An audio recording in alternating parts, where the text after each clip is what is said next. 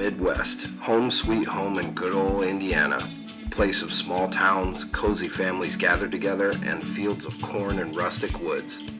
But, like any town, there is a dark underbelly that often goes unnoted.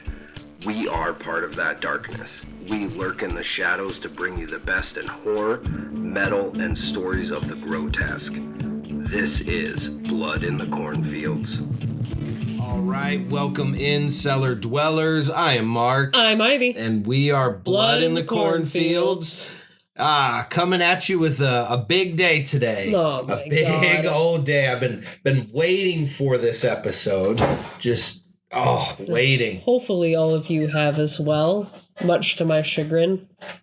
Yes. I think you know exactly what we're talking about today. If not, you're going to find out. But before we get into too much of that, we've got a lot of happenings going on. Yes. Yes, we do. Oh my God. A lot. Like a lot in horror news in general. We're going to hit you with it right now. Yeah, there's a lot of stuff going on. I'll cut into some of mine really quick. So Sure. First of all, because it's not related and we're just going to do horror stuff. So Whitechapel, I've always thought they were such an interesting band because in the beginning they were, I don't even know how you call them, like a little bit of tech, a little bit of death metal, just overall like, one way. And you guys, if you know Whitechapel, you know what I mean. And then more of recently, they started throwing in melody.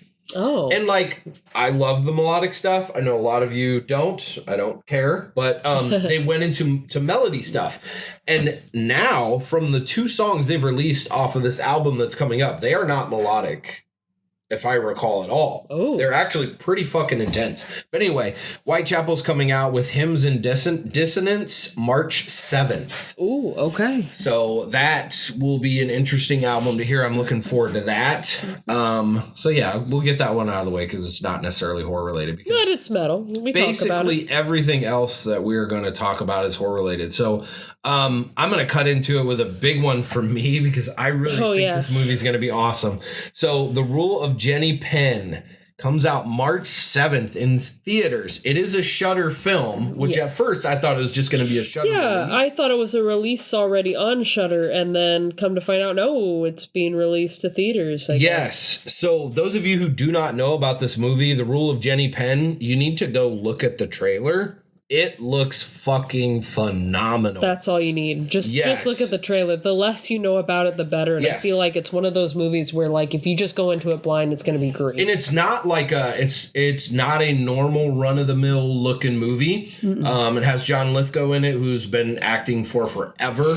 I even loved him in Dexter. I don't know if any of you saw him as I think he was the killer one for a series or 2 in Dexter. Oh, Geoffrey Rush. Oh, well, John Lithgow was. Oh, John Lithgow, yeah. Rush also has been in a ton of stuff. Oh, he's in everything. Yeah. So it's those 2, and apparently they give an amazing, outstanding performance. Just go check out the trailer. I'm sure we'll put it in. At least clips of it. It's bonkers looking. It looks fun. So good. And fucking John Lithgow, he can't go wrong. I mean, it sounds like he has an Australian accent in this one. It sounded to me, I don't know. Maybe and the other thing is too, Geoffrey Rush, he's British, isn't he? Probably, I don't know. Because he did the King's Speech. Oh, it could be. Yeah, so I think. I don't know. Yeah, or maybe he is Australian. I'm not sure. Oh, no, he is Australian. He's from Queensland. No, whatever. All right. It's all the same. Banana, potato, it's no different, it's all the same. Another release I'm looking forward to, but I'm a pouty little bitch about, would be The Fetus. The Fetus, starring Bill Moseley. That's why God. I'm excited about it. My boy Bill is one of my favorite people in this world. And so The Fetus is an interesting looking movie. Same thing. Can't really describe it to give it justice. That's a badass picture of Bill Moseley. That is a really good picture of the IMDb official poster profile picture for him is actually really good. He's a very handsome young man there. So stars Bill Moseley and then Laura Lavera, I believe. Laura Lavera, from Terrifier. From Terrifier 2 and 3. Yeah, I'm not going to describe this one. Go look at the trailer. I don't really think you need to describe it. No. I mean, when you hear a horror movie called The Fetus, what do you think of? It's a demonic baby. And Bill Moseley's in it. So, yeah, I'm a pouty little sappy bitch about it because it's limited release, and the closest is Noblesville. Fuck. Yes. Not going to do that. Wasn't there also one in Indianapolis, too?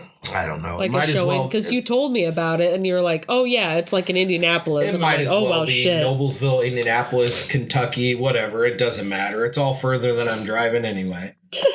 So those are my big things. But also, speaking of Bill Moseley.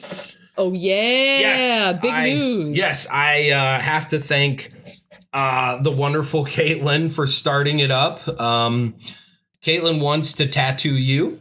She's, man, I'll send Luke a picture of the drawing that she does because we're doing it in stages. So, you know, I get there and we're stenciling it out, you know, and I was like, my whole idea is to keep it, you know, above the cellar dweller so that I can have the tattoo stop and there be a gap so that Bill can sign it. Yeah. So I'm going to have Bill Moseley sign my leg and underneath it.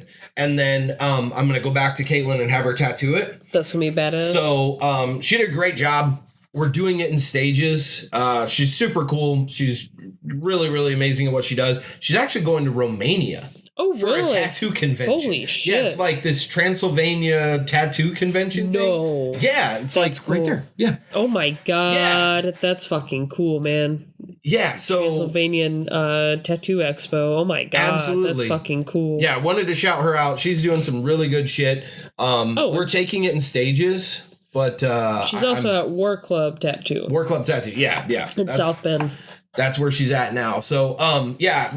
You'll see. I won't even describe it. It's a chop top tattoo, but we'll put the picture in the notes. But yeah, I wanted to give her a big shout out. And if you're looking for anything, she's new-ish, but you know, don't let that fool you because she does really good work.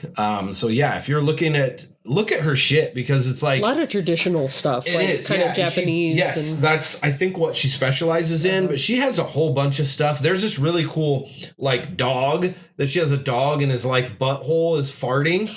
And it's like a bubblegum bubble. Oh, that's funny. It's like this pink bubblegum. And she had a yeehaw in like a whip. And I told her I have a great story for that. So my brother, his good friend is a tattoo artist. He's the one that actually started this. Oh, cool. And they used to get drunk and he would tattoo my brother all the time. And so they put the same tattoo, yeehaw, because it's in like lasso. Oh, that's neat. But then he put a little crack on the end of it. That's cute. But they were so hammered that it's supposed to say yeehaw, but it says yee-ham. It's the W and the M. That's wonderful. The W looks like an M. So yeah, my brother's neck says yee-ham. That's beautiful. So yeah, I told her that story. I was like, that's awesome. So yeah, big shout out to her for that. I'm excited to get this thing finished. We're either gonna hit it in another session and finish it, or maybe take a third. So we'll see. But I'm so excited and looking forward to it. Oh yeah, and then I guess for horror news for myself, and you can pop in whenever you feel like Absolutely. it. One of them is Little Bites on Shudder. Yes, looks interesting. Looks kind of like maybe it's a vampire film, but maybe not. I don't know. I haven't seen much of it, and I know I kind of cued you to it. I saw it at Walmart and was like, oh, this looks really cool. Yeah. And I took the picture, and I've seen 2 or 3 like little clips about it, but I've only seen the main little like burnty, skinny looking dude talking. Yeah. And he sounds really cool. So yeah, he looks kind of Nosferatu looking. Yeah, he does. He's kind of got the hair, the nose, the kind of like little teeth. I might actually, I don't have shit going on. I think I might watch this tomorrow and give you guys an update next episode. That would be cool because I guess the synopsis of this particular story is she's trying to protect her 10-year-old daughter, this mother. She's recently widowed, and her sacrifice to protect her daughter is by feeding little parts of herself to this creature. So it's like literally eating her alive. That sounds cool. Okay. Yeah, I'll totally watch that. And it's on Shudder right now. So that's fucking cool. Oh, yeah. All right. And then next in news, because I think it sounds really cool. We got Clown in the Cornfields. Yes. The clips look cool for this one. Yeah, it really does. And I didn't realize it was based off of a book by the same name. Okay, didn't know that either. I had no idea. But it's in theaters May 9th. It looks interesting. It looks fun. I mean, you can't go wrong with clowns, and you can't go wrong with cornfields. No, you really can't. Especially if you're here in Indiana. I mean, it's everywhere. Yeah. But it seems like it would be an interesting read, too. I've heard a lot of good things about it on whatever you want to call it, Book Talk. Oh, okay. Among Instagram and other things. But it's from the director of Tucker and Dale versus Evil. That's so, right, it's probably got like a little bit of comedy edge to it. And that's always a good time, No, wait. Did it say something about Smile right there? Yes, it's from the producers of fucking Smile. Yes. Oh, that's perfect. See? Yeah, it ties in, doesn't it? It just all lines up. You know what? It all leads back to Smile, Ivy. It all comes back to Smile. No, everything's malignant or the substance. Yeah. And then big news for The Monkey. Is doing super fucking well at the box office right now. It is pretty much almost #1 movie in America. Awesome. Top grossing. Makes sense. I love it when movies like this get #1 because it just brings more attention to the horror community. Yeah. And I love the advertising for this. Oh man, they've been going hard with the advertising. So good. It's almost like, and I've actually been seeing a trend, they're like going back to like the 70s style of advertising where it's very minimalist. It keeps you kind of on the edge of your seat as far as what this thing is about if you don't watch the trailers. Yeah. But if you just look at the advertising. When done right, that's the best way to do it. Because we've posted a couple times on Blood in the Cornfields about like just how good the advertising has been. Just the whole tagline, everybody dies and that sucks. Yeah, and I think we're onto something with this limited edition popcorn bucket shit. Because this one's taking off, too. I see a lot of people with the monkey. Maybe not as many as the Nosferatu. Trust me, I almost got sucked into it, but I was like, no, because I think this is going to become a thing, and I cannot keep going and getting every single all one. The popcorn buckets. Probably because there isn't AMC around. Yeah. And it's a pain in the ass to drive to, and I'm not going to set the precedent of I'm getting every one. I'm like, no, I don't need to. I'm not even sure if I'm going to like this movie. I was bought in for Nosferatu. No. Unless it's something like I really want, then that's different. But I don't even know this movie's any good. I've heard lots of good stuff, because obviously it's, Osgood Perkins. He did Long Legs. I mean, he's also the son of fucking Perkins. God damn it, Luke, help me. The diner? No.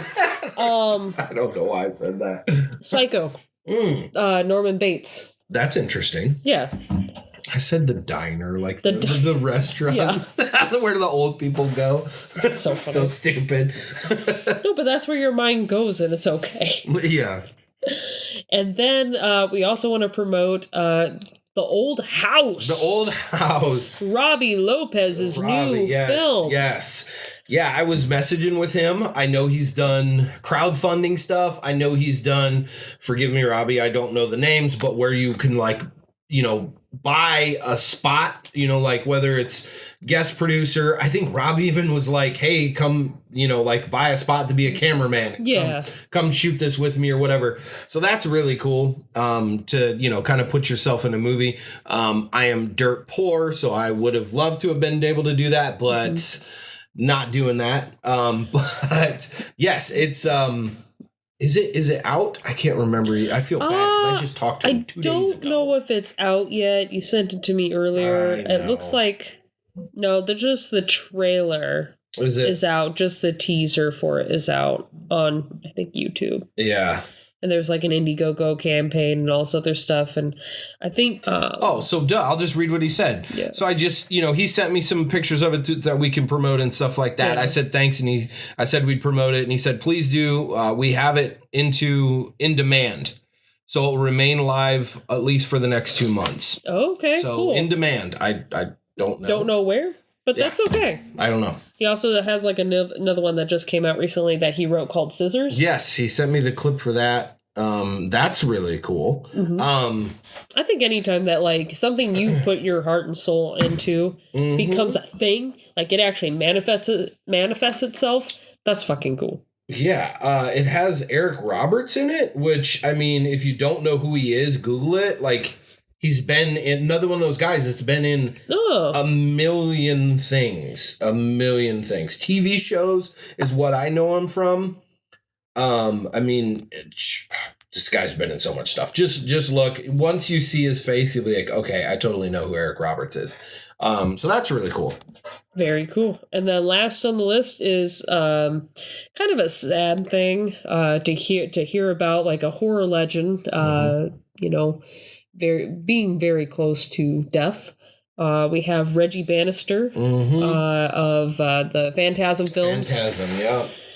He is not doing well at all. Unfortunately, he was diagnosed with dementia as well as Parkinson's disease, I think, in 2016. Yeah. And that just, you have people in your family, you know people that are going through this and struggling through this. And it's sad to see and it's sad to watch them. Yeah. And they put out his P.O. box so fans can send letters. They did. That's pretty freaking cool. So if you're a fan of Reggie's, you can write to Reggie and his wife Gigi at P.O. Box 4387, Crestline, Crestline, California 92325. What underrated franchise. I fucking love Phantasm. And it's so fucking good. Yeah, it's one of my top franchises. Hell, I was, at Karma and I want to buy the freaking tall man mask. Tall man mask. That's fucking cool. Yeah. Another quick shout out to, I went to Karma. If you follow me on Instagram, you saw I posted, I got Street Trash. So excited. We're going to be doing an episode on that. Who knows when, but, and then I got, so the little Funko looking things that they say, handmade by robots. Yeah. So I got, Grandpa. From Texas Chainsaw Massacre. That's cool. Grandpa Sawyer. Yeah. So totally excited for that. Cool. I could have spent $300 easy. And that's the thing with Karma. Like, it's like walking into a fucking candy store. You want, buy. And then as soon as okay. They're so kind there too. Like they'll hold your shit while you're still looking. And then you go up to the counter, you're like, oh, I got a mountain of shit. I'm sure it's not going to be that much. They ring you up. It's past $200. It's like, well, fuck. Yeah. So, yeah, they, chatted with them a little bit, told them about our, giveaway and everything. And said, I'll be coming back for the Phantasm mask. So if you are thinking of buying it, don't touch it. Don't touch it. All right. If you do, there's other shit I'll buy. But, I'm hoping no one, that's the one. So that's the good and the bad of this area. I know there's not many collectors around like me. There's other collectors, but not every collector likes the same shit I like. True. I'm a little more niche, whatever word is correct. I don't know. Than the average person, I'd say. So the average person is going to go out and go get like Chucky or Jason or Freddy or something like that, which is nothing wrong with if you are fans of that franchise. Like a lot of us are. But are you getting the little Dead Alive baby keychain? I've been thinking about it. Are you that fan? And most might not be. I almost got him, trust me, I got the Motel Hell dude instead, and that's going to be going bye-bye. I know. I want to go up to him and be like, hey, so can you follow me and just order these things and I'll pay you ahead of time? Right. I literally think next time I'm going to go and do that and be like, hey, I will pay you now. You just tell me whatever it's going to cover for the merchandise and then your markup for it. Just tell me, I will pay you now. And then you just tell me when it's in. Hell yeah. There's so much shit. That Shocker shirt. Oh yeah. Fucking love Shocker. One of my favorite movies. It's so corny. But not in a corny way. Just the music. The music's so good. The sound effects and the fucking CGI shit. Oh my god. So terrible. Well, but good. And who sings the main theme song for Shocker? I'm trying to remember. I would hope it's Dokken, but it's not Dokken. I know. It's like Sting or something silly like that. Not Sting. Fuck. I can real quick because it's gonna kill me if I don't look it up. Look it up. But anyway, while she's looking it up, yeah, there's a Shocker t-shirt and it's XL. And so like, listen, I'm getting older. I'm putting on weight. I'm putting on, take it off. It's back and forth a little bit. I am past the XL shirt size. I need a 2XL. So it was only an XL, so I let that one go. But yeah, Okay, so fun fact. Let's hit it. The movie's title song, Shocker, was recorded by the Dudes of Wrath, which was compromised of Kiss, Paul Stanley, and producer Desmond Child, both on vocals, Def Leppard's Vivian Campbell on guitars, Whitesnake's Rudy Sarzo on bass guitar, and Motley Crue's Tommy Lee on drums. Also backing vocals by Van Halen bassist Michael Anthony and Kane fucking Roberts. What the fuck? Dudes of Wrath? Dudes of Wrath. And it's all those big name people. I had no idea. I had no idea. Me neither. I just read that thing to you and I was like, oh, that's news to me. That makes me like it even more. That's fucking and it's awesome. a banger. Oh, so yeah, they have the Shocker shirt. So sorry, we got a little bit of a tangent there, but no, check out Karma. They're so good. They know what they're doing. So keep it up, Karma. Go check them out. It's badass. So. Oh yeah. Mm-hmm. Well. Yes, let's rip this bitch off like a Band-Aid. Oh, I bought this with you in mind, ma'am. Thanks. The time has come. The time has come. So we are going to be watching Smile 2. Fuck. If you would like, now would be a good time to pause, go back and watch our Smile 1 episode, because that gives a lot of insight as to why I'm so giddy and happy and excited for this, because I know she hates it so much. Oh my God. Yes. I don't know. I actually am expecting this one to be worse than the first, and that's going to be tough. And I've heard better things about the movie, which makes me feel it's going to be worse than the first. Yeah, so it's like, first off, like I said, watch the other one to get an idea of why, I feel the way I do about the first one. It's not good. I did not like it personally. The second one, it's an interesting plot, but I feel like we've had this plot like twice this year for 2024, because we also had that movie, is it like Trapped? It was that Shyamalan film about also being trapped in a fucking concert. Oh, yeah, I heard some shit about that movie Trapped. Basically, people are pissed off because it's like just basically a movie for his daughter to show off her pop skills. That's what people are saying. Because that's correct. Like, the whole movie is her. And it's like you think they're going to break away, but they don't. Nope. They solid show her for like 4 You're basically minutes. At a concert. You're at a concert for his daughter. Like, oh, that's real sweet. Like, I guess. But, like, you're going to shovel a shit ton of money into this movie just for your daughter. Well, so that's my thing. It's like, hey, dude, why don't we step back and think about this? Mm-hmm. Why don't you produce a music video for your daughter? Right. And then, like, if you want to have her, like, cut scenes and, like, in a movie, like any normal movie would do, not just showcase her the whole time. Right. Like, produce a music video for her. Like, that's sweet. Like, and you don't have to torture us all. Or his other child. Is this the one that directs? I think she's the same one that directs. Well, then have her direct her own damn music video. Right? No kidding. Like, show her off that way. Yeah, she did that movie that I'm gonna watch where it has that young blonde-head chick in it. I know exactly what you're talking about. I don't remember the name of it.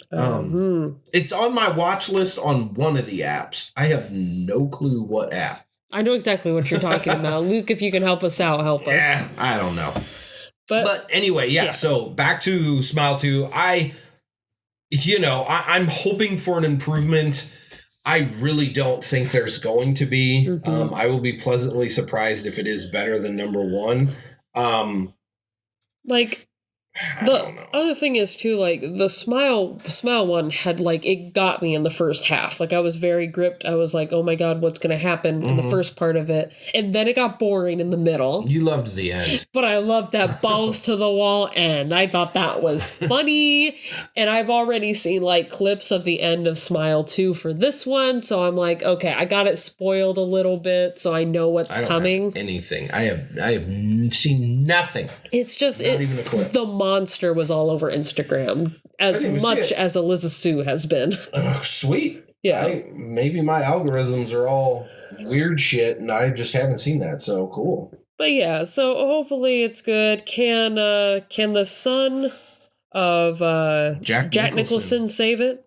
I don't even think he has a big role in this movie. I don't know. Maybe he does. I think he dies halfway through. Probably. So, yeah, we are excited to roll this one out. So we will. Fucking Drew Barrymore's in this. I thought that was Tori Spelling.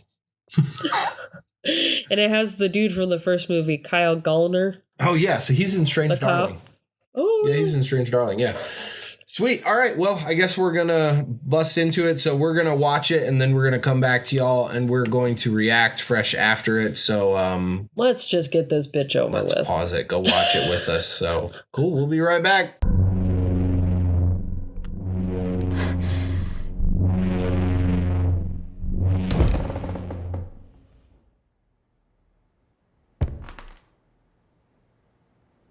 Hello?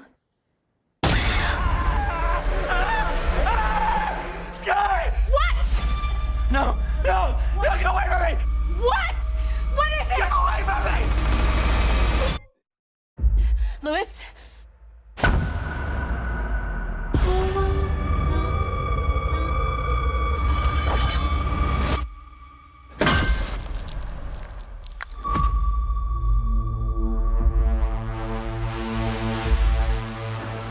Something really crazy is happening to me. I keep seeing this face everywhere. You witnessed a death. Now it's latched onto you.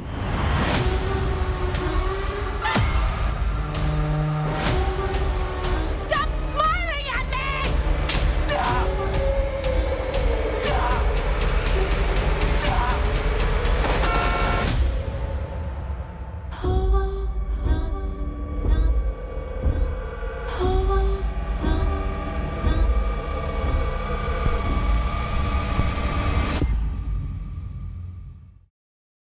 Okay, we are back. Wow, what a ride. Yes. A ride I was happy to be on for once. Yeah, I was pleasantly surprised.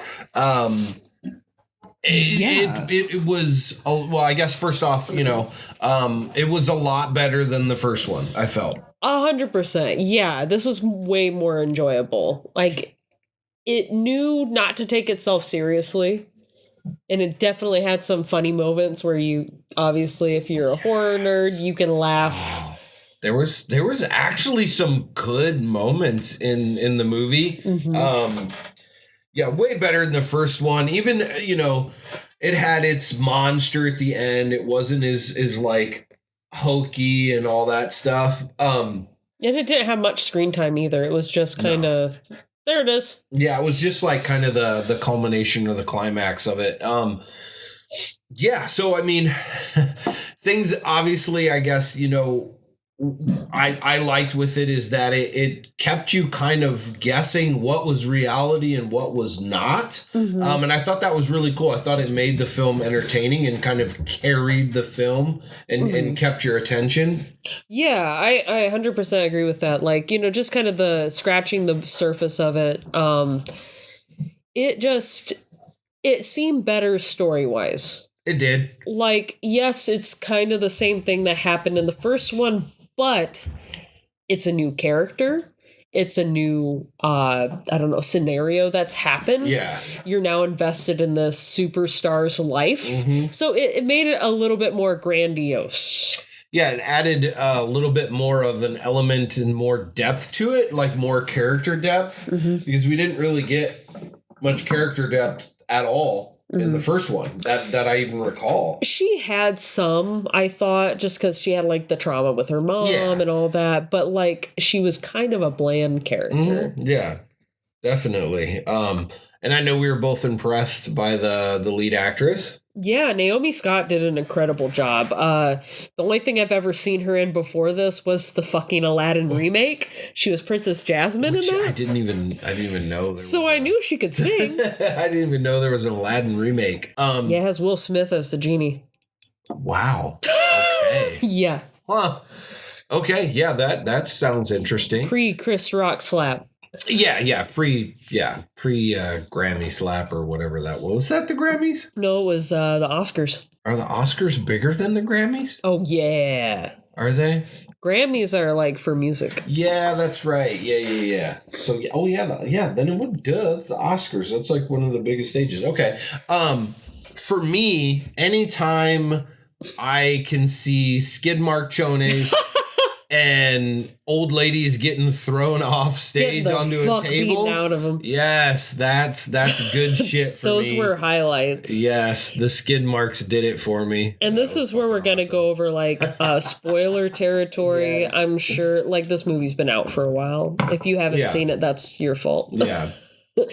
So let's kind of go over plot points here. Yes. So the movie starts off actually really fucking good. Like heavy hitter, pulls no punches. Let's go. Yeah, that was probably my favorite, part of the movie was that beginning sequence. Yeah, because beginning first a couple minutes. It was the ex-boyfriend of the scientist lady or like psychiatrist lady from the first movie, and he's like an ex-cop, but like he puts on a mask and shit, and it's like, what the hell's he doing? Later. Yeah, and it's like, what the hell's he doing?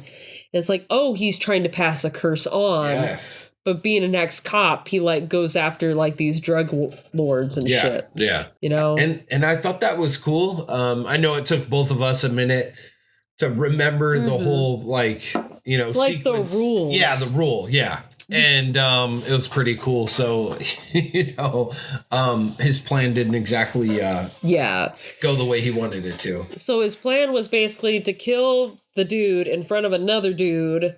And then have him see. Yeah, and then that would pass the curse on, and he would basically be let go. Yeah, and he was trying to kill two birds with one stone because he's like, he kills a piece of shit, but then he passes it on to a piece of shit. Yeah. So, like, that was his goal, and, he wasn't trying to be an asshole, but in turn, he accidentally was because some other dude just walks in because it's like a drug deal, and like he's just like, oh shit, I had no idea that you were here and that you witnessed this. Now it's passed on. And the guy that I also was trying to scare and let live died.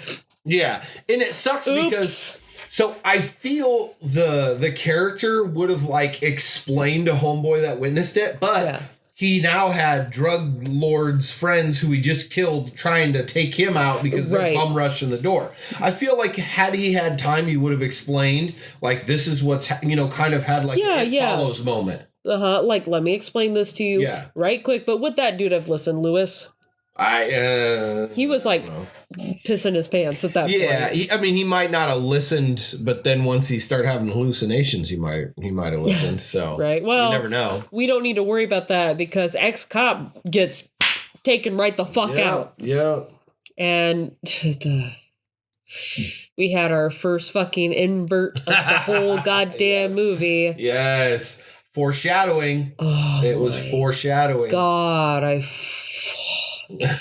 So needless to say, she loves the upside down shots. Oh my God. It's like the guy, the director is trying. Parker Finn is like, oh, this is only a smile thing.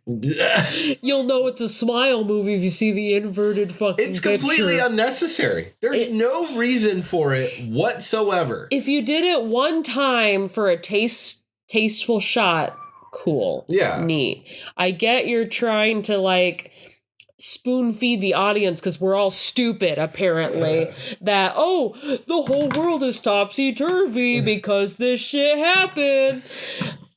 I don't give a fuck, dude. Like, stop it. And I know There's a fucking Smile 3 in the works, and how many more fucking inverted pictures am I gonna have to see there? I'm gonna have to make a fucking drinking game out of it, but I'm afraid if I do, I'm gonna die. Yeah, you might be in trouble. God. So anyway, yeah, after the main sequence kind of opens up, why don't you go through the kind of the whole.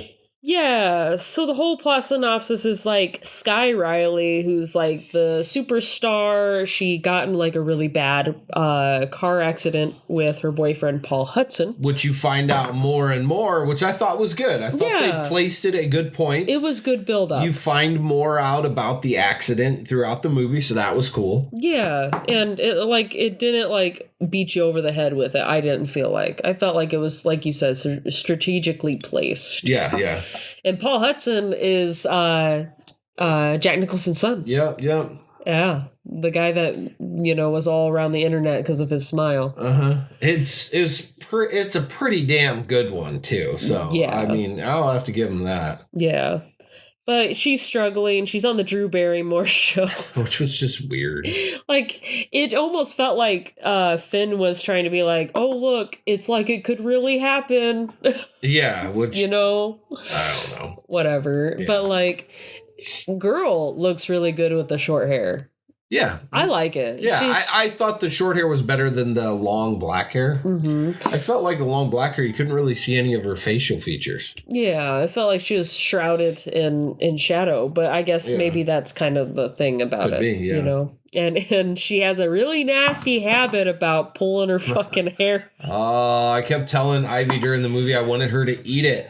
Because there's that illness. I pulled it up. I'm not going to say it because I'm going to sound like a fucking moron. But the illness where you pull your hair out and you eat it. I wanted her to eat it so bad. She didn't. Oh, I know. There was a couple scenes where she looked at it for a second she that's could. What they do. They do. She's going to eat it. They eat it. Oh, I wanted her to eat it so and bad. It's like a fucking nervous tick for her. And obviously she's going through drug withdrawals and stuff like that. And she's got herself cleaned up and blah, blah, blah, blah, blah. Mm-hmm. Well, she's taking pain medicine or something like that. I think it was Vicodin is what she was trying to get. Is that what it was? I think so. To kind of suppress whatever she's going through. Yeah, and then she has her injuries that still remain too. Yes. I know that's part of it. She had a nasty scar down her stomach because she had a rib fractured or removed or something. Her ribs just looked funky. Yeah. And so I'll give them this. So some people's ribs do protrude. Yeah. And I was like, I can't tell if the actress's ribs actually do protrude and they just kind of made a little makeup thing or if it was all just makeup or whatever, because it looked believable. It looked really good. Yeah, if she had that weird rib thing kind of going on. I will give the movie this too. It does have really good practical effects throughout. It does, yeah. Good effects. They do a good job. But anyway, she goes to that Lewis kid's house that saw the murder happen. And that's when we get our first fucking kill. Yeah. And it was all over Instagram. I mean, hell, you even just pull up Smile 2, the dude with the bludgeon face pops up. Yeah. He just grabs a fucking, what do you call it, weight? A weight, yeah. Just multiple times. Good effect. Yeah. It's good. And she doesn't want to be linked to this obviously accident, so she doesn't call the police. Mm-hmm. She just runs the fuck away, which is probably a good smart move for her. There was a pound of cocaine on that table. Jesus, there was so much cocaine. You saw all that snow. Yeah, it was pretty crazy. And then so she's preparing for this big world tour or something like that. Yeah, it sounds like she's doing kind of a redemption tour. Yeah. To kind of save her image in the media because she's coming from that accident and her drug abuse. And I think she said she was a year clean or something like that. So, yeah. She's kind of embarking on her redemption tour. Yeah, and then when she's doing this, she keeps running into the weird smiley girl. I know. When she's doing the autograph signings and shit. She just stares at her and she just marks on her shirt. Yeah. And she even draws on her necklace. I noticed that. I was like, she signed on their necklace. That girl was awesome. Yeah, kudos to that girl. I thought for some reason this little girl's gonna they're gonna show her off herself, and I'm no, I don't need to see that. But no, she's just there to be creepy. Yeah. And then the creepy dude with the skivvies. Yeah, the guy that, I said shingles are a real thing. Yeah, Plaque yeah. psoriasis is Like, real. he literally looks like he's done. Like, he's just got, like, I don't know, the worst case of eczema I've ever seen in my life. Yeah. And, like, he's being all weird. He's kind of like, he gives Nubbins vibes. Doesn't he? Yeah, he just creepy vibes like all over, and then it just kind of intensifies, and he kind of becomes possessive, and he snaps. Yeah, he snaps, but and he shows up in her fucking apartment later. I know. I love that she imagined that he had skid marks in his. Yeah, like I mean, if you look at that dude, yeah, he had skid marks in his pants. That's for sure. It looks like it. And like. She also gets, like, texts from some weirdo who keeps saying, like, hey, I know what's going on. Yeah. Were you at blah, blah, blah's apartment? Yeah, Lewis's or whatever that guy was. Yeah, Lewis's apartment. And so she freaks out, and I think she, like, tries to get her friend to come over or something like that. Gemma. Yeah. Which, did you notice when they were, like, scrolling through her phone? It said Gaga. Did it? I didn't. So she's fucking friends with Lady Gaga, apparently. Really? In her phone. I didn't see that. I thought that was funny. I'm not surprised. And, I mean, to me, so, like, once Gemma gets involved, that's where it's like, you really don't know what's real and what's not. From that point on, you really have no clue. And even after the movie is finished, I still don't know what was actually real and what was not. Yeah, they actually did a good job at this than they did the first one. The first one I get is to set it up. It's it is what it is. But they were doing better at hiding it, even though we were in on the plot. Like, we knew what was going on. They still did a better job at hiding it because you cared so much about this Riley character, I feel. Like, you cared about her plight versus the other girl with mommy issues. Yeah. Riley has mommy issues too, but in a different way. They had to bring in underwear to this one again. They had to. Whitey tighties. They needed those. If it's not in the third one, I'm upset. They have to. I got to strike. But yeah, so we get more information about, like, the accident that happened and all this. She survived it, obviously, and she also had, like, a gnarly, like, leg issue. Oh yeah, she had a broken leg. It looked like a compound fracture. It was nasty. It was, like, poking out of her skin and shit. Yeah. But yeah, Gemma comes over and we think, oh no, is she like an entity or something? Because she keeps she does a weird smile at her and all that other weird shit. But then, of course we have, we're getting to the best part of the movie, honestly, in my opinion, where she meets up with the guy that keeps texting her, Morris. Yeah. And this guy is like, he sounds schizo. Like, he's just like, yeah. But it's because he's been tracking this whole entity for forever. Especially because, like, his dad, or not dad? His brother was killed by the entity by, like, killing himself with a crowbar. Yeah. And so, like, he's been trying to trace this since, and, like, he's, like, some sort of medical professional. He said he was an ER nurse. That's what it was. And that's why, and that's important for later, honestly. But yeah, so apparently she goes to see him and he's like, yo, I could probably kill you for like a couple seconds and bring you back. And that might be able to get rid of the entity. Yeah. And she's like, nope, can't kill me. And also I got recognized inside this bar. I got to run. Now, the best part of the movie comes up where she is, what is it? She's doing like a charity or something. It was a kids event. I think this happened before the bar scene. Oh, did that happen before the bar scene? I think so. Okay. But that's okay. Yeah, she's doing an event for some friend of hers. Yeah. Has some charity event for children. Children is what it is. Underprivileged children or something. Yeah, it was supposed to be something generic. Low key, no paparazzi. Like, you literally just get up there and you speak from the teleprompter, take some pictures, and then you leave. Supposed to be, easy peasy, low stress type thing. Well, she tweaks. Yeah. She tweaks beforehand. She there's like a fly that's like bugging around her. And she goes to smack it and like smears her lipstick all like Joker style. Nobody told her. Like, who does that? That's so mean. And like, she even goes, oh, I'm clean. It's okay. Everybody's like, bitch, really? That was so mean. That was so cool. And then that's when we get the scene of what's his nuts smiling at her. Nicholson. Yeah, because like I don't know if Paul Hudson, this character is like her dead boyfriend or what the hell. It all. She imagines that it says his name on the teleprompter. Yeah, and like he comes up and like makes her smile and do all this other weird shit, and like the old lady that's up there goes to check to see if she's okay, and she just woo. She just blasts her off the stage onto the table. Old bitch loses her heel.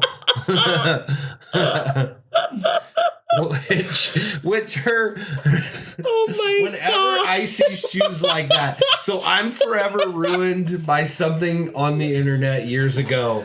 I think it's since been taken off because I've looked for it. Oh, this is gonna sound so terrible. No, but tell me. So, I mean, this is like 10 years ago that I saw this. I don't even remember where. I think it was when I lived in San Antonio. A friend of mine asked me, have you ever seen Dick in a Shoe? And I'm like, oh no, what? I'm like, what? And they were like, yeah, you've never seen this? I'm like, no. And so they show me, and it's like an old lady heel, or like a chunky wedge, but small or whatever. And then some dude's dick in a shoe, but it looks like an old woman's foot because it's all veiny and stuff. No. Oh, so whenever I see those shoes, I'm always brought back to Dick in a Shoe. Oh my God, Mark. You'd have to see the picture. It's so glorious. I would have to, yeah. I need to look up Dick in the Shoe. But when you look at it from like arm's reach away, it just looks like an old lady's foot in a shoe. It's really a dick in a shoe. Dude. I hope someone else listening to this has seen that picture. That's funny, though. That's fucking great. But that's what they are. They're dick in a shoe heels. They are. That's the type they are. Like, that bitch went flying, though. She did. It was great. And it was unexpected. Yeah, that's what I loved about it. Like, I thought for sure maybe accidentally slap her or something. Like, no, she flew. Yeah, just flew off the stage. So, yeah, that was pretty brilliant. I know we both made some loud noises when that happened. My God, we did. We howled with laughter, for sure. Yeah. Well, you know, of course, she goes back to her, like, apartment. Like, we're going to kind of go back to where we were. She goes back to the apartment, and, like, my favorite part, where the dancers come out. Oh, I wanted to so fart and funny. cry at the same time. That was so disgusting. You didn't like it? I thought it was so funny. Like, these dancers crawl out of nowhere. It's her backup dancers and shit. They're just got the cheesy ass smile. It's that cringy, like, you're trying to make it cool, but it's so cringy. I loved it. I thought it was funny. Yeah. It was just, I don't know, because they were like dancing at her. I was getting ready for them to do like Thriller or like some flash dance. And like when you said cats, when they're all. Oh, because they start prowling towards her and oh shit. my gosh, this scene's so terrible. It was beautiful. Tomato, Mark. No, that's where you get the phrase shit-tastic. It was so shit-tastic. So, fuck. And then they're running after her, but they're running after her all dance-like. Dance-like with the mirrors and shit, and like the one dude at the top. If I just showed you that, like if you came over and I was like, hey, and just put this on, you'd be like, what the fuck is that? Creepy musical? Like, what the fuck are they doing? So, yeah, it was very much like that. Man, this dude, Finn, had a big budget, and he used it. He really did. He used it. Yeah. Every last penny. Anyway, she gets a concussion because, like, they jam her into the fucking piano. They bashed her head on the piano, I think. Yeah. But honestly, I know this kind of deviates from it, but the music in this is kind of a bop. Yeah, I didn't notice it as much, but that's probably a good thing. Yeah, like it was just like, if I heard this music, I just think it's some average pop tune that's like on the charts right now. Oh, I was thinking of like ambience music and stuff. Oh, I'm like sorry, the actual pop singer stuff. Yeah, it was bad. It sounded like believable pop. Yeah. I guess. It was good. I kind of like it. And also, like, you got physical media of it, and I popped it open by accident, and like it an insert for merch from this made up lady. Yeah, from the made up pop star. I was like, that's kind of cool. That's funny. Yeah, so she wakes up in like this health hospital or something along those Wellness lines. center. Yeah, and it's like, it's pretty. It's like nice. And her mom's in the room and all this other shit. She's hooked up to IVs and crap. And she's got like nasty shit under her eye from where she got her, what do you call it, face bashed in. Yeah. And she's got a big old bald spot. From pulling out her hair. Yeah, she needs a coat hanger and a lighter. It was that type of bald spot. Yeah, because it's like in her apartment too, before the people start coming at her, where like she breaks the fucking mirror and shit. And that was kind of fun. Yeah. Anyway, like shit goes wild. That's really when it starts to spiral down. Yeah. That's when she full on loses all control. Right. Like she's like, her mom starts yelling at her, you know, because her mom's also her manager. She's a mommy manager. She's a momager. Yeah. And she like, you know, it's like, I basically wasted my life on all of the stuff I've done for you and blah, blah, blah, blah, blah. And it's like when she's yelling at her daughter, it's so visceral, but also at the same time, it's like, you know, that's not her. Yeah. Like, I don't know. I was like, I don't think that's her. Yeah, I don't know. I just was going for the ride. And it's good. Like, it was that good, that polarizing, that you didn't know if this was the entity or if this was actually happening. Yeah, no, I totally didn't know. Totally did not know. And it was good. And it was, I guess, at that scene in the movie, it made me think of the sister in the first movie. With the cat situation. Yeah. Oh, in the birthday gift? Yeah. That was awesome. That was awesome. That was a cool scene. Everyone needs a dead cat for a birthday present. Before she did the noodle neck bullshit. Yeah.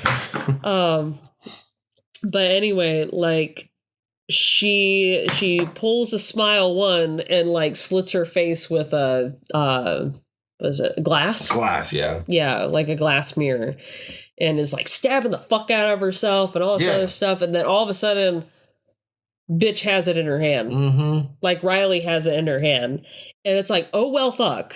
Yeah, oopsies. She killed her mom. It's a baby oopsie. Oopie. So yeah, that happened, and she's got blood all over the front. And that's where it got funny. I know. She just throws a hoodie on. Yeah, she throws like her own merch hoodie. Yeah, I think it's like her own face on. Yeah. It's like way yellow. to be incognito. You have a hoodie with your face on it while you're trying to be low key, right? Not to and mention blood hanging out. Yeah. Your, the hospital gown. Yeah, and it just looked like she had like the worst period of her life. Oh yeah, I was telling you to just.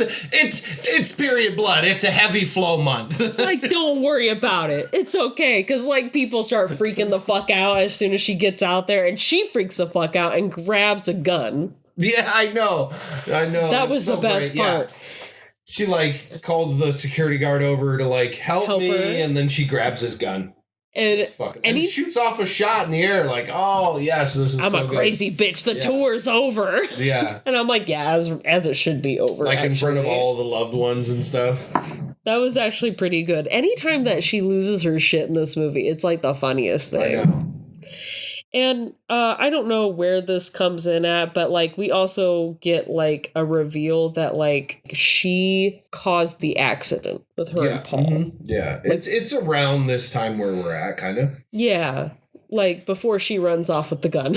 yeah, because they're fighting in the car, and it very much like I mean, yeah, it's movie based and it is a little over the top, but I was like, man, I know some couples like that. Yeah, like toxic ass couples in my life that are like that. It felt very like you said, it's very movie-esque fighting just because of the cinematography, but it's like, no, I've heard this conversation there's before. definitely toxic ass couples out there like that. Yeah, and it's like, ooh. It made you feel uncomfortable, like watching. I just wanted to be like, just pull over. Like, you guys don't work well. You go this way and you go that way. Like you didn't need that. Get her an Uber, and we're all good. Speaking of an Uber, we get to the point where like she sees Gemma, but not before fucking up her foot. Her foot stepping on a bottle, which in New York fashion, I wish it would have been a turd, but it wasn't. It was a bottle, which I'll take. 'Cause Yeah. that was kind of cool.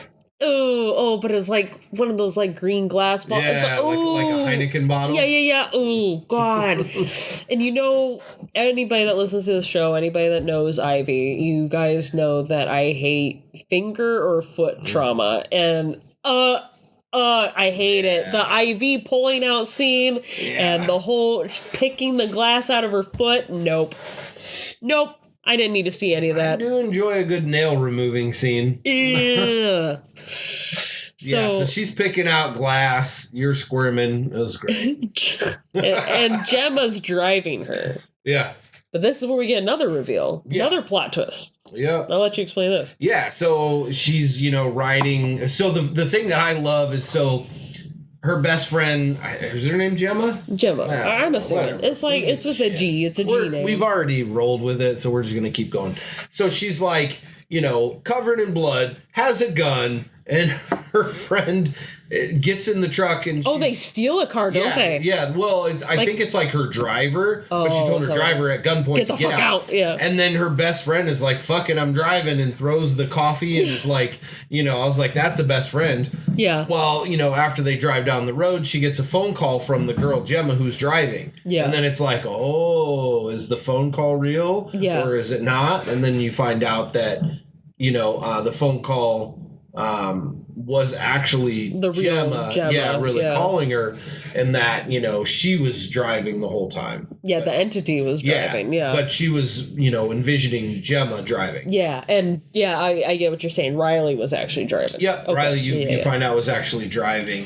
That was actually really well done, honestly, and there was even a really well done jump scare in this too. I thought the cell phone scene. You were mad. Oh God, I fucking hate.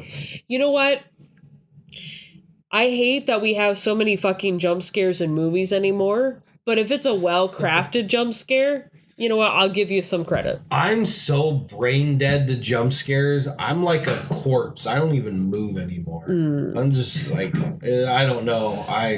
When it's like analog horror, like where it's more grounded in what I feel is real life, not necessarily like, not always is it like, found footage films. Yeah. But when it's like this is kind of freaky. Like, you remember that movie we watched, the Japanese one? Mm-hmm. Yeah.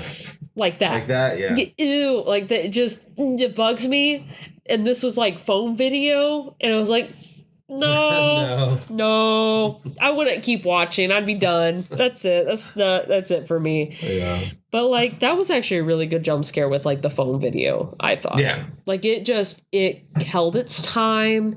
It didn't use any stupid like stings. Mm-hmm. It just let you basically be her. Yeah.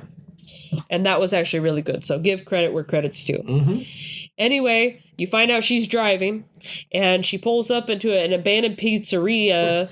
Pizza Hut. Yeah. To meet up with Morris. And he's gonna stop her heart and all this other shit. In an abandoned pizzeria in the freezer of all things. Because it's still working. I don't know. Yeah. Like, it's not, I guess it's not really summer. I guess it's cold. I don't know. Like I saw jackets. Yeah. Yeah, I saw jackets. Maybe this is like a fall. Who knows? Winter season. Could be fall. Yeah. But, they're there to accomplish stopping her heart, freezing her body, resuscitating her, after 8-9 minutes, whatever they're trying to do. Mm-hmm. And then another twist. Yeah. Which really, helped blur the lines for what's actually going on. Right. Because, a fight sequence ensues. Between her and her. And the version of her in the car accident. Right, with the nasty, gimpy leg and everything, and I love that. Yeah, that was cool. It was almost zombie-esque. I dig it. I don't want to call it gore, but like the I guess I will say the gore to the movie, like effects wise and stuff was cool looking. Yeah. It wasn't like hokey. It wasn't anything like that. It wasn't really over good. the top. Yep. And then that's when you find out none of that was real. Yep. And, none of it was real. And she was in her head the whole time, pretty much. And now she basically says, have fun on stage, bitch. Yep, she shoves her into that fucking cocoon. Yeah. And like, well, and that's, you know what? They actually do a lot of like butterfly imagery in this thing. I didn't realize that. Like, there's like, in floral imagery. So there's a lot of floral and butterfly imagery. Like, she has that butterfly suit that she's in. And she doesn't like it because she thinks it can show her scars. It's too see-through in certain lights. And then, obviously, the whole thing where she's supposed to be breaking out of this cocoon when she emerges on stage. I wanted to use the word chrysalis, but I don't know if that's the term for a cocoon or if that's the term for the metamorphosis. No, that's right. Change. It's a chrysalis. Okay, cool. I wanted to throw that out there. So, like... I did notice that, and like I think her wallpaper in the back of her room also had like florals and butterflies on it. I don't pay attention that well. So like the design was almost as if like the whole thing is like this entity almost makes you change and metamorphosize into this new being. Yeah. Like, here's what you were broken and it's tearing you apart right now. Or you could just accept it. Yeah, because it gradually just takes you over. Yeah, or you could just accept it and just become this new thing and just release. Like, you're done. You don't need anything to worry about. In a way, it's like the substance. Because at the very end of the movie, she's on stage, she's performing, the nasty thing turns into its, like, weird true form with the creature. Yeah. But I like that it's kind of horse-looking. Yeah, it's just weird looking. Long. Everything's long. Yeah. Stretched out. It stretches out her mouth. Yep. Shoves itself down it. And then, yeah, she kills herself in front of millions of people with a microphone. And her mom was still alive. You learn mom was alive. I was disappointed that, like, they didn't show the final kill scene. They showed the audience, which... The audience reaction. Yeah, which part of that is cool, showing the audience reaction, but it was the whole time. And then I'm like, for your final scene, you're going to go with a microphone? Death, yeah. And it made no sense. Like, how'd that happen? Come on. You got to do something cooler than that. Like, I would have believed it more if it were like a microphone stand.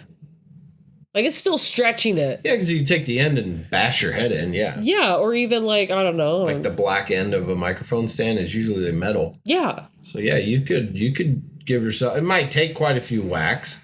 Yeah. But, you know.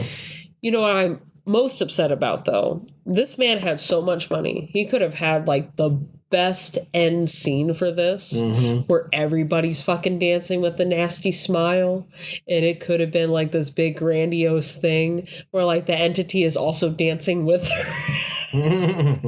It would have been dumb, but it would have been hilarious. You would have hated it. I would have loved it. Yeah. I just think that, like, you know, have a prop there and have her just go over to it, walk on it, you know, like look at the crowd and then just fall on it. Yeah. And just impale herself or something. You know, that's just me looking at it with I agree. You know, thinking about it for 30 seconds. Better than a microphone. Like, I just was like, that was ridiculous. That was pretty stupid. Yeah. Or have her just run and jump and catch her neck on a prop and hang herself. Yeah. Or, you know, something. Yeah, something more creative. Have her swing out over the crowd. Dude, wouldn't that be so fucking badass? Like, what the fuck? Did I just her see? Body swing, yeah. That would have been cool. That would have been way better. You should have fucking wrote that in. Way better than shoving a microphone through your eye. Tell Finn this for the third movie. You need to do better, dude. Yeah, just call me up. Tell me what you're working with, and I'll end it for you.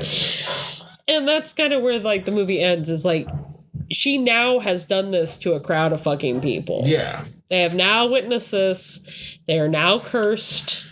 Yeah, which would be a parasite's ultimate goal, Yeah. You know, like any microorganism isn't necessarily to kill the host, it's to inhabit as many hosts as it can. Right, and you spread. know, that's like what the flu does. The flu doesn't want to kill you because then it's dead. Yeah. It wants to inhabit as many people as it can. So it just gets you sick enough to keep you down. So it's like, I'm in you. But then you're still well enough that you're like, oh, okay, let me go out into the world. And then you pass it on to others. That's kind of, you know, parasitic like in a way. And, you know, that's what it achieves is like its ultimate goal. Yeah. To, you know, be thrust onto mass amount of people. So when it comes to the third movie, that's where this is going to pick up at. I'm pretty sure. Yeah, it's got to. They have to address that. And the thing is with that is like that could be good as long as you do it right. Yeah. It's almost like Gesundheit. Yeah. It's almost like A Quiet Place. Like the prequel to A Quiet Place. It's almost as if that. Yeah. But with the third movie. Where you got now it's like a epidemic, pandemic, I don't know the fuck whatever you want to call it, but it's infecting people left and right because people now need to figure out how this is gonna happen. But that's on a large ass scale. Yeah. How are you going to tell this story on such a massive scale like that? No, I'm not sure. That's what I'm worried about for the next movie. Yeah, definitely. Well, you know, I personally, I mean, I guess now, you know, I'm curious to see what you rated this since we've kind of wrapped up the whole premise. What's your rating for this? I don't even remember what we rated Smile 1. Mine had to be down around the 5s. Yeah. Like 5 or 4. I don't remember what mine was either, but I know I hated it. But I gave it some credit because it was the dude's first time, like, directing a huge-ass movie. And now this guy's got a shit ton of money to work with. And he used every penny of it for sure. With all the lights and glitz and glamour and all this other shit. I would personally, I would give this, like, a 7. Like, it's not quite an 8. Like, I would probably watch this again if somebody was like, hey, I'm going to put on Smile 2. Oh, yeah. Let's watch it. Because I got to tell you, I'm not going to tell you what happens, but I need to see your reaction. I'm ruin the movie for you, fucker. I want to see your reaction to this. Like, Cherry, if you're listening, we need to see this movie together because I think you'd find it hilarious, and I just want to see you jump at everything. Yeah. I want to see people's reaction to the skid marks. That's what I want. Right? That's really what I want. The bitch slap lady is the best. Yeah. So, I agree with you. Oh. I give it a 7 as well, which I've said before, 7 is my standard for owning. You know, if I rank a movie below a 7, then I usually am like, yeah, no, I'm not really inspired to have it. I do own this. I bought it automatically because, you know, I knew we had to make an episode about it. But without that being said, like, this is a movie I would own. It's a 7. If someone else wanted to watch it again, I totally would. I think that the improvement from 1 to now is pretty damn impressive. So I totally give them that. Now, however, this jerk off that Jonathan Sim Yeah, Jonathan. ComingSoon.net says one of the best horror sequels ever made. Fuck off. Jonathan, you can shut the fuck up right there. Like, yes, should say, wow, sound improvement over the turd that was number 1. That's wow, that's what it should be titled. Yeah. Yeah, so again, Parker, let me write the shit on the front and I'll do your ending. You do the marketing and everything in the middle. Yeah, because you're good at that. We'll have a fucking banger, kids. We will have a certified banger. So, yeah, I agree. But I would say solid improvement, number 7. If he could do improvement from 1 to 2, from 2 to 3 somehow, and get up in the like 8 or 9 range, shit, that's a stretch. Really impressive. I'm not banking on it, but I'm just saying he improved from 1 to 2 quite a bit. I mean, I'm going to probably say I was a 5 on that damn first one. Yeah. So going up 2 points, goes up 2 more points to what was that? 7, 9. 7. So, yeah. That would be impressive. That would be really cool. I wishful thinking, I hope he's able to do that because, this was a wonderful improvement. It was a breath of fresh air. I like the kind of neon demon vibes it was giving, kind of like the substance as well. You like more poppy things. This is kind of right there. It's like, it's girly pop horror. Yeah. And we're in a new era. It's girly pop horror. And I don't think he has the balls to have enough children get slapped and punched and hit in number 3 to make it good enough for the jump. You know what, though? You know what? Terrifier walks so this could run. Let's hope so. That's possible. Yeah. Oh, man. Well, all in all, pleasant surprise. Yeah. Don't have anything bad to say about this movie as a whole. Like pretty damn good, impressive to go from where you were from 1 to 2 is my last kind of final word on it. Especially to leave these impressions on like a first viewing. Like I'm sure if I watched a couple more times, maybe my opinion would change, but I enjoyed what I saw of it. Yeah. It was good. It was enjoyable. So thank you, Mark, for exposing me. Yes. Torturing me. We hyped it up. I will be sure to find more feet torture films to indulge you upon. Okay. Awesome. All right. Well, with that being said, look out for each other and good night, cellar dwellers. Bye-bye. Get some skid mark undies. Ew.